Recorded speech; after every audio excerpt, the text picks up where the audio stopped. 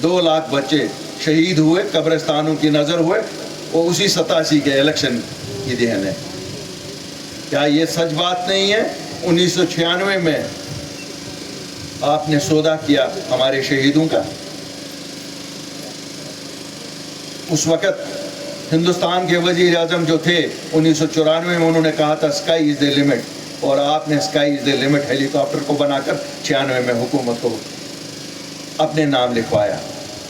क्या किया आपने? आपको लगता है जम्मू कश्मीर के लोग भूल गए? आपने कोटा नहीं लाया, आपने टास्क फोर्स नहीं लाया, और फिर कहते हो कि हमने जम्मू कश्मीर के लोगों के लिए बहुत कुछ किया। यही कुछ किया है, सबको याद है।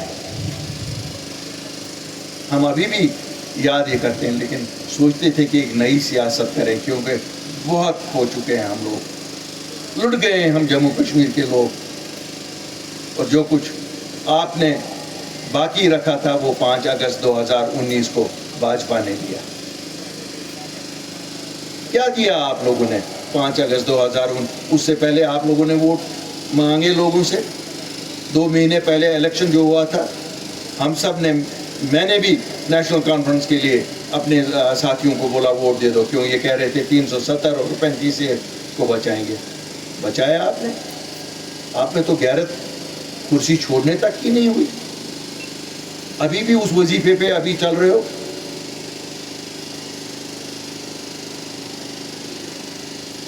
शायद रूस के एजेंट है, अब रूस भी नहीं मानेगा ये हमारे एजेंट है। क्यों? उस वक्त तो ये लाल झंडा उन्हीं को, कम्युनिस्ट को देख के लिया गया था ना।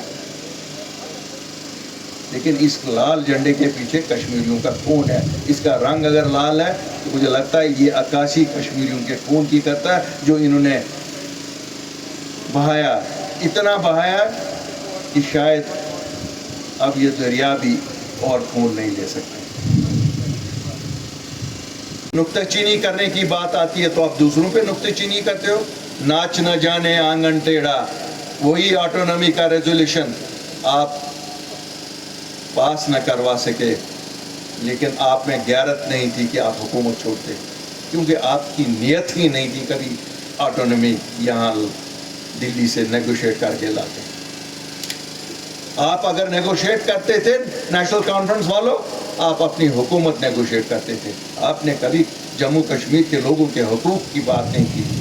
आपने जब भी बात की तो ब्लैकमेलिंग दिल्ली को इसलिए होती थी कि हमें क्या दोगे वो।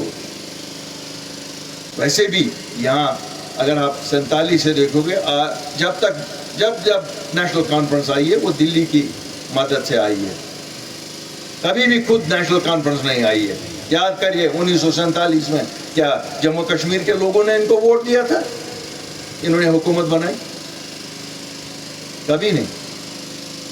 मुझे लगता है एक ही हुकूमत जो इन्होंने अपने बलबूते बनाई थी, शायद वो 83 की हुकूमत थी, जो ये चला नहीं सके। क्यों? इनको लगा ये एमएलए जो इनके एमएलए चुन के लोगों ने भेजे थे, उनको इन्होंने अपने घरेलू मुलाजिम समझा।